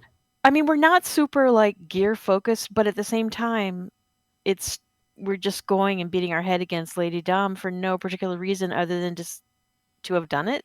It's not that strong. So our little ops team has been playing together for many, many, many years, but people go on vacation, so we don't try that week, and someone else does something else, and we only play that week. one night a week for a couple hours. For a couple hours. So there's then no lockout. We can't save lockouts. Can't save lock. So like one night we have everyone there. We go, we do R4, and then we have like a half an hour left to try Lady Dom, and we try to remember what we tried last time. Although props to Corley and Dent when Dent was our second tank. They were learning that fight. I was still just in follow mode. Yeah. But they were learning that fight and calling it, and we were making progress on it. But yeah, so if there's a way to get something out of it, then we might get a little bit better attendance. Who knows? For one, for two, if we up our gear, get our gear up to 340, and it makes it easier to blast on through there, that will be more fun too. And when we won't be like beating our head against a wall to finish off, because that's disappointing to finish off a night. I mean, we can like slam down IP and the dog droid, no problem. Kevin might frustrate us once or twice if we get if we don't clear up the Right. rot fast enough. But yeah, we just haven't spent enough time in that last fight to even like learn it. Like the 1, 2, 3, 4. You stand in line up. Don't get knocked back because the first person gets knocked back from where the second person started. No, wait. And that's kind of our crazy. fear in WoW Classic too, because Ice Crown Citadel just opened, and that raid has 1, 2, 3, 4, 5, 6, 7, 8, 9, 10, 11 bosses, and again, no raid lockouts. Yeah. So how are we raid one night a week there? How are we ever going to get to that last boss? Yeah. I don't know. Yeah. No raid lockouts. I forgot. Yeah. Boy, my nostalgia colored glasses. Right. Don't remember the tough my parts. my janky druid and the no lockouts. And so normal, story mode and what do they call it in WoW? Normal and heroic share lockout. So you can do there's a little thing you can do. I think you can do like you can do like the early bosses on heroic and then change the note, back down to normal for your progression boss. So you can gear up in that way. Okay. But yeah. Can you go the other way? Can you do the first 2 bosses on normal and then bump it to heroic if you're just trying to get to another later boss faster? I think I remember that you cannot do that, but I don't know for sure, and we haven't tried that because we just went into ICC for the first time this past weekend. Yeah, that's interesting. But we did kill the first 3 bosses, which our raid leader was like, he didn't expect us to get Sourfang down, who's the 3rd boss. So he's like, I don't have a strategy for the next boss. So we just went in. Congrats. Yeah, it was really cool. So then we tried this one boss, Festergut, and we just, myself and the other healer were going, yeah, no, we got to learn this fight because it's not going to happen this way. Yeah. There's just too much damage. But yeah, so those are my 2 main games. I'm kind of looking forward to see what changes, or not changes, but I don't know, like maybe philosophy changes happen at Blizzard due to the Microsoft acquisition. And also because I play mobile games, I'm curious to see That's right. what's going to happen with King. Right. Which, as we've said, is I glossed over saying it earlier. I meant to say it. That's one of the main reasons that acquisition happened. Yeah. I mean, we all are concentrating on Blizzard games and Call of Duty. More importantly than both of those for Xbox games as a whole is King. King is why they did the acquisition. They could have had other ARPGs and MMOs that's not all that interesting. They could have still continued to have a partnership and had Call of Duty on the Xbox. They always did. It's why you don't have to buy Call of Duty to get Call of Duty on the Xbox. Adding mobile capabilities, adding a mobile development arm to Xbox games is what they want to do. So we'll see what that brings to the table. What about you, Tom? What have you been playing in this last week? Sure. Well, obviously a ton of New World, right? We have, I think, maybe about a 10 to 15 person company that's running right now. So we're running around we're on a West Coast El Dorado server. We had some guys that already had max levels over there, so we kind of jumped in on that server. So tons of that. That's been a lot of fun. I am usually in Star Wars: The Old Republic, but I think I'm waiting now for the new PvP season to come out before I jump back in over there. Fun. I kind of wanted to ask you though, Tom, too, because you were commenting earlier about New World that you weren't sure if it was going to be your PvP game. Is Star Wars: The Old Republic your PvP game? For sure. That is probably 90% of what I do in Star Wars: The Old Republic is war zones and arenas. I'm a bigger Warzone fan, to be fair. I was a did the 8v8 ranked back in the day, you know. Yeah. Of course, we were sad when that went away, and now the guys are kind of feeling that again. But I love Warzone, so I'm kind of really like the direction they're going personally right now. And so that's really what I do. A lot of solo, and I play as a shadow or an assassin, so good solo class to go into Warzones and play. I love my shadow. Yeah, and my so much fun. Yep. And so when I play Star Wars, yes, definitely doing PvP. And other than that, I'll stick with the PvP. I am, like I said earlier, you know, I was a big Xbox guy, so huge Halo fan. Halo Infinite Season 5 just dropped yesterday. That's interesting.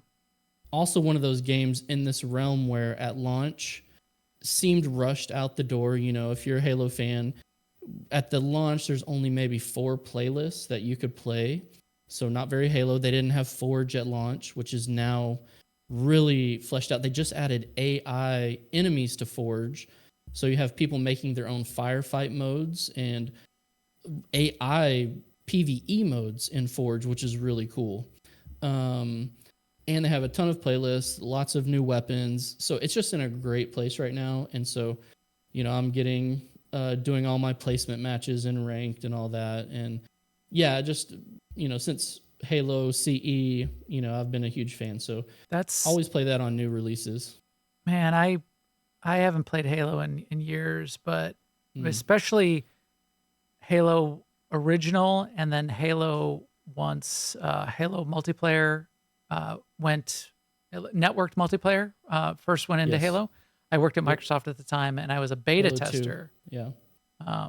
For that, and it was such a thing. And before that, it was networked. You know, we would go into a conference room and put it up on the big, you know, a big projector conference screen, and everybody would play and complain that everyone else was screen peeking. Yeah, I remember the first time we linked 4 Xboxes together, right? Yeah. To do the Halo CE stuff. Yeah, it was cool. network. I mean, it was hardwire network cables is how you had to do it back in that day. Totally. Super cool. Yeah, so Halo, I've been playing that a lot. And what's great about Halo 2 is the multiplayer, they separated it with this launch where multiplayer is totally free. And if you want to do the campaign is the only thing you have to pay for. So the Steam charts, you know, it's been kind of low for Halo. I checked yesterday. I think it had been averaging about 6,000 concurrents on Steam a day. And yesterday it was, I think, over 18K or close to 20. So I don't want to call it a comeback, but the game is doing really well. And it's in a super great place. So I'm going to be in Halo for the foreseeable future for sure. I usually have an MMO and kind of a shooter at the same time. I mean, do you play Halo with your boys? Totally, all the time. Yeah. So that's great. My wife is very particular about what games they can play. So she's not a huge fan of Fortnite or Apex Legends or some of these other ones, but you know, I've talked her into Halo just because I'm such a huge Halo fan. So me and the boys, she's totally cool with them jumping in, and we play that a lot. So do you shoot each other, or are you normally on the same team? Yeah, we usually play on the same team. We'll do like a mode called Big Team Battle, so it's like 12 players per side, and we're all on one side. You know, it's objective-based gameplay. So yeah, super fun. Yeah, that's cool. That's a little bit closer to like what Warzones would be in. Yeah, exactly. Yeah, exactly. Okay. Yep. And so you can do objective gameplay if you're not, you know, big, you don't have great aim and shooting or all those kind of things, or drive a vehicle or something like that. So, and then the last thing, Assassin's Creed Mirage came out, and I ended up picking that up. I was a big fan of the game back in the day, and I think I stopped playing somewhere around maybe after 3 or Revelations, maybe like 3 or 4 games in, and when they started introducing like an XP bar to your single player game and selling XP boosts, you know, in the single player game, and I kind of getting away from that original formula of what made AC great. Yeah. And so I kind of tailed off for the last 3, and this one was kind of a return to traditional Assassin's Creed where you just go in, you do the story, you collect the treasures on it, you get your skill points from infiltrating bases. And so, yeah, that was great. I really enjoy stealth games. It's one of my favorite genres. And because of that, I've jumped into Ghost Recon Breakpoint, which is another, you know, Ubisoft game that follows that same formula as Assassin's Creed. you take out a few henchmen in this one area, and it ends up leading to, like a big bad boss kind of a thing. And so, yeah, I usually juggle about 3 games at once, and that's kind of what I've been doing: New World, Halo, and kind of these stealth games at the moment. Yeah. Oh, that's excellent. I noticed Assassin's Creed launched, and I was afraid that it was going to get sort of lost in all of these game launches. But something that you mentioned, and I think does make sense, is those AAA games, they do have a lifespan, and it's not, if the launch isn't huge, it's something that people can pick up later. And Sema, you mentioned Phil Spencer even made that point. I hope people remember all this stuff that's coming out now in January and February. Right. It's like that. Yeah, it's exactly what he said. I hope people realize that they don't have to play every game right now, and they can play it later, because, and this is what I loved about what he said, is these games deserve to be played. Right. That's a really interesting way to put it. And that's why we do the podcast the way that we do. I think that's why we're positive about games, and we talk about what we like and what's in there. In some ways, because the games deserve it, and the teams that make this stuff deserve it. And even if it's like, this is the best that they could do on a limited budget, and it's not the best game, and IGN's giving it a 4 out of 10. Somebody made that game, and they deserve to at least be, to at least say, nice try, good job, and find the good things that they did. I think that's the way you got to look at this stuff. Yeah, and to your point, Max, I know you guys have talked a lot about Starfield getting a lot of unwarranted hate, and I think AC Mirage is in the same boat. I think a lot of of course, the internet, like I said, hates everything, but I just think it has some really fun features that you can find the fun in the game. And I'll be the first one to say I'm very pro-consumer. So I do like games being in a finished state, but to your point, the people working on the games have super passion for the games, right? They love the work they're doing. And so, sometimes the decision to rush games out have nothing to do with them. You know what I mean? And so the hate directed in their direction is totally misplaced, most of the time. Games are hard. It's just misplaced in general, whatever the direction. Hate is not a valid reaction. Right. Yeah. And game development is very hard. It's very hard these days. So it's a lot of moving parts. You think about these AAA games costing, hundreds of millions of dollars. We saw from the leaked papers that Horizon Forbidden West cost $200 million to make. That money is being spent in time and effort and people's work going into these things. And that means there's a ton of complexity there too. And there are going to be some things that just, aren't completely there, or you don't realize until after releases that this thing is broken in this way, because it's this giant, super complex thing. So I'll even cut them some slack on that kind of stuff, because it's hard. Game development's hard. I mean, if you go over to your friend's house and they fix a dinner for you and they spend all day doing it, but you don't like it, you don't threaten them with death. You do your best, and you eat 0 when you get home. Under the table. Refund. You get over it, and you go.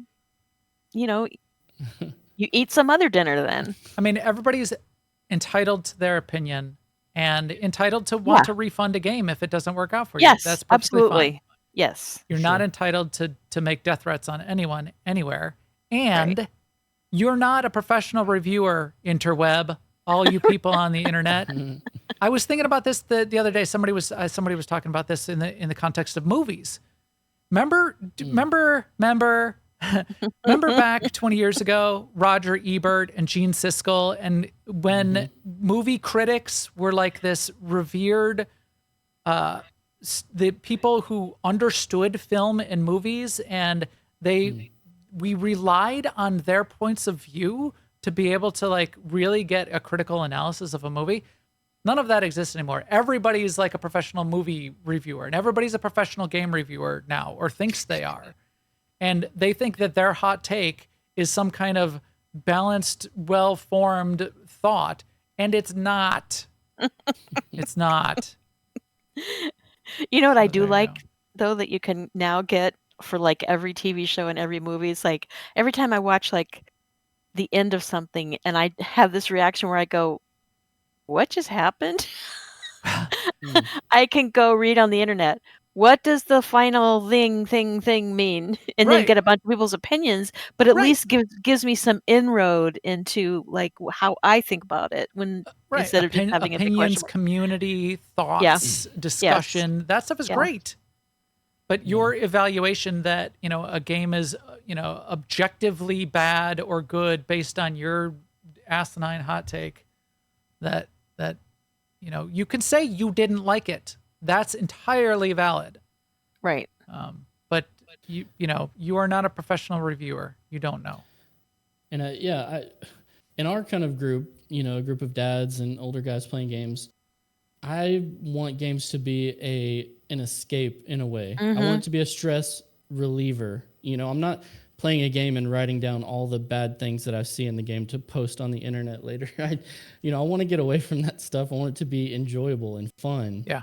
And so we try to look for the fun stuff for sure. Yep, exactly. Well, speaking of fun stuff, what I've been doing, another thing that people like to hate on, which I'm showing here right on the screen, is I'm still in Starfield, and I love to just I keep going back to it, and I'm at New Game 4 now, which means I've played through 4 complete times, and I'm playing through the 5th time, the critical path. So you're only doing the critical path when you're doing what I'm doing. So I'm at New Game +4 now.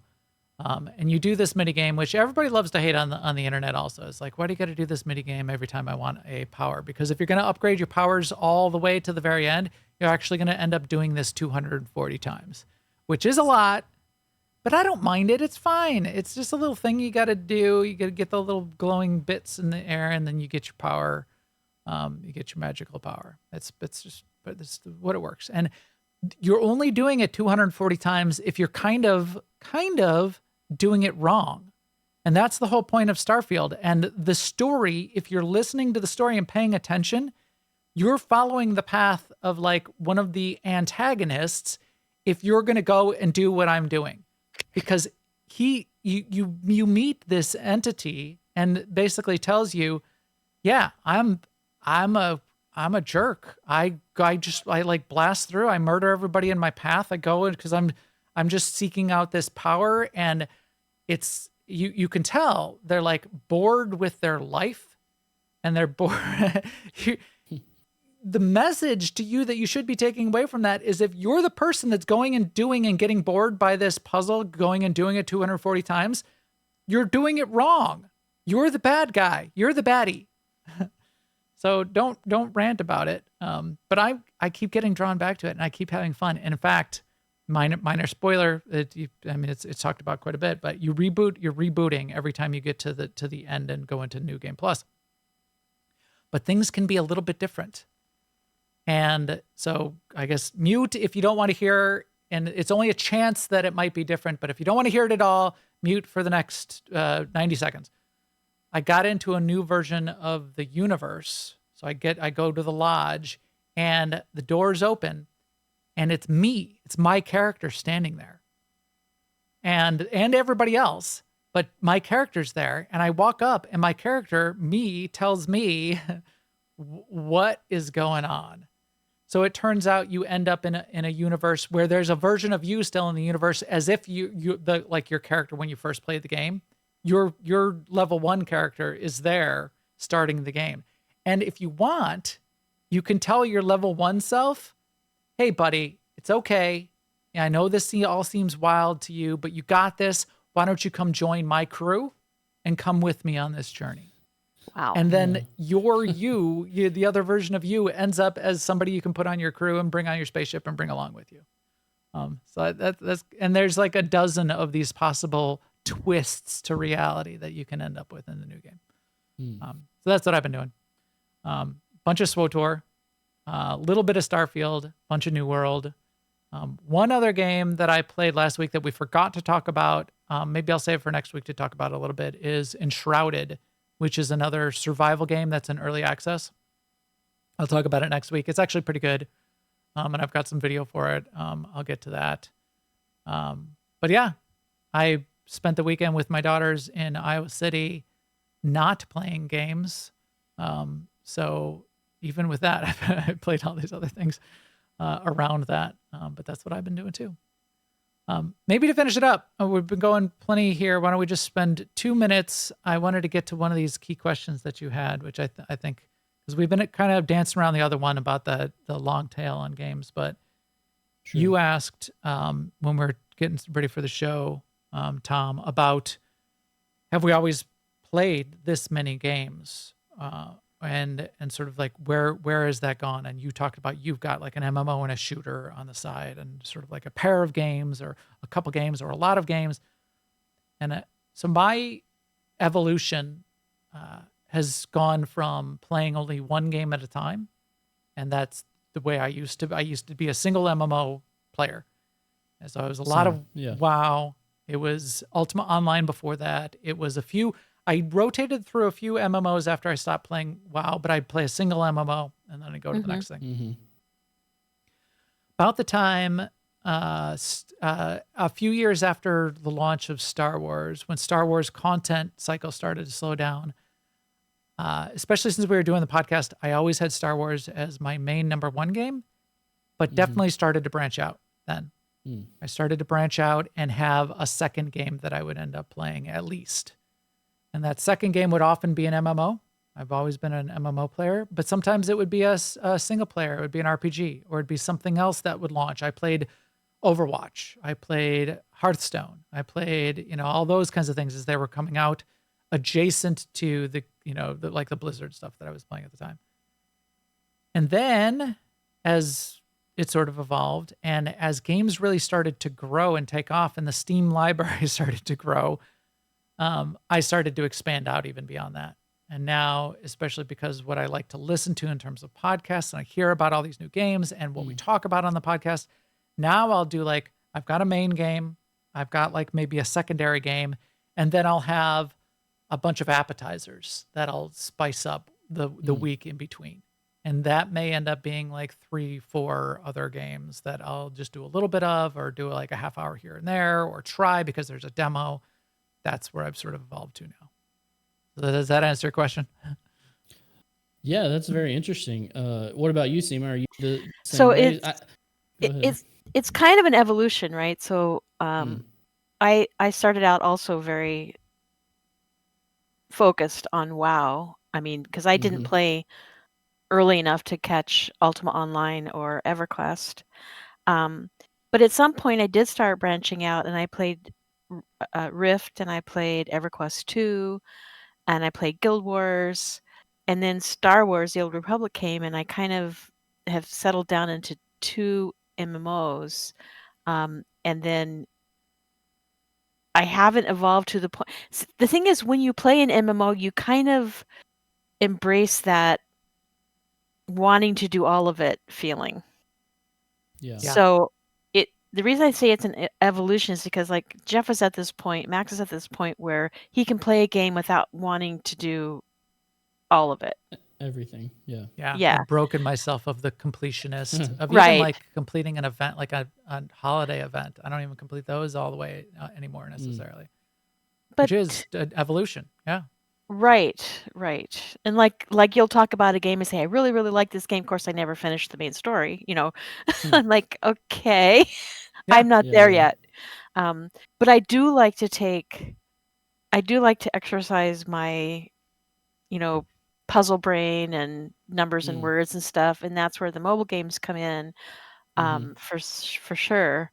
And I do play Steam games sometimes especially if we talk to the creators of it, because that gets me interested. Yeah. Yeah, I guess I brought up the question, just, you guys transitioning into more of a variety podcast. And I didn't, obviously following the Star Wars podcast over the years, I just didn't realize you guys played as many games, and maybe you didn't at one, because I feel like I'm going through kind of the same transition. And maybe this is specific to MMO players, which what it sounds like. You're the first MMO you get in, you're so invested, maybe, or for whatever, the one that everyone's playing, and that's how I approach Star Wars: The Old Republic when I jumped in. I was like, this is my forever game, right? I'm doing everything. I'm getting all the gear, climbing the PvP ladder. You know what I mean? Like, this is the game I want to play. And so, Doing all like the you said, reps. 100%. And so over time, maybe in this specific moment, and maybe has to do with us doing the podcast as well.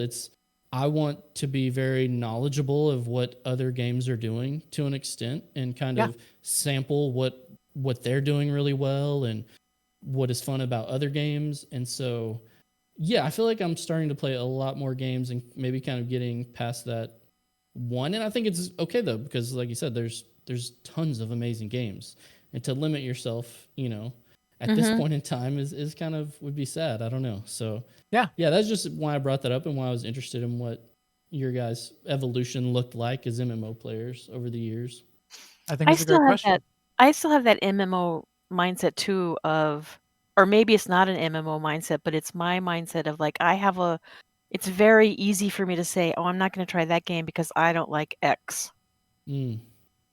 Because I've been playing this Y over here for so long. It's like, I didn't want to play New World because I was initially very interested in New World, but then I'm not really that captured anymore by PvP. Right. And that was a PvP game. Right. And then Max would say to me, but there's other stuff to do too. And I'm like, that's sort of like, it's not got much spam. spam, egg and spam. Right. But then when we like pull you into Ark, and yes, it's WASD movement, and there's dinosaurs coming and biting your face. Okay. It could be fun. And that's actually the other thing I was thinking is that's also like the MMO mindset. Like if our ops team in Star Wars: The Old Republic said, okay, we're all going to go play Halo, I'd be like, there. Right. Yeah, exactly. Totally. Because it's about having fun with your friends. Right. So we're gonna get Sema playing Call of Duty soon. She's gonna be murdering everybody. No, Halo is okay, right, Tom? Halo's okay. I'm going with your wife. Yes. I'm going with your wife's recommendation. It's mom approved. Mom approved. Totally. Yes. Yeah. Although I do like the idea of like Max headshot. So maybe Call of Duty. You can do headshots in Halo. But not on your team, not to your team members, or can you? Team kills. We can go. We can just do death. We can just do a big death match, and you can come in. You could get the laser sword too. That's a fun thing to kill people with. Yeah, Lord of the Rings. I have played some Lord of the Rings, but yes. See, the thing is, Lord of the Rings is deep. That game is deep, and I'm like, if I get into this, I played a lot of Lord of the Rings. I've got a. Yeah. I don't know if I got to max level on my dwarf, but yeah, no, I've got a dwarf. My favorite thing to do in Lord of the Rings is the band, the music system there. But that music system is less a mini game and more of a MIDI synthesizer implementation. Okay. So you can encode music in multiple parts, and each person then synchronizes the start, and the band in multiple parts plays their MIDI part on their instrument in game. So that's what I like to do. But yeah, speaking of Starfield, I think I might have to jump in. I just saw recently there's a mod where you can play as Master Chief, which with your energy sword. So you talked about long tail. Starfield, I think, is going to be a prime example of this. I think Starfield isn't going to even hit its peak until mid next year at the earliest, which is when all of the mods that are going to just really do some interesting things are going to hit. So that'll be a fun one to watch. Okay, well, this has been awesome. Thank you so much for joining us. It's great to have you, Tom. Yeah, Tom, this has been great. For anybody that wants more of Tom and Scott, YouTube/BadCuzDad, CUZ, BadCuzDad, all one word, or just search for BadCuzDad. You'll find them. Great content there. Great individual videos on games, and then the more talking content. The podcast stuff is going really well. And if you want more from us, of course, newoverlords.com, and our videos are all up on YouTube/newoverlords. Our Discord is a fun place to come join, newoverlords.com/Discord. You can jump in there. We're in there 24 hours in a day, not necessarily in a row. You can find us. Also on Twitter, Mastodon, Blue Sky, Threads. Usually look for Max the Gray. I think on Threads, it's like... It might be, I think that's one of them, it's new Overlords for whatever reason. I need to switch it. I make them all match the gray, but also have a new Overlords just for the show feeds. I'll keep you up to date there on when the show goes live and when it gets published on the feeds, as well as a bunch of other. I publish a bunch of other game news and notes and hot takes of why I think the internet is wrong on there as well. So, and again, thanks, Tom. Sema, thank you. Appreciate you joining me today. Why, thank you. Thank you, Max, for joining us. And thank you, everyone, for listening. We will talk to you soon. Later, everyone. Bye, everyone.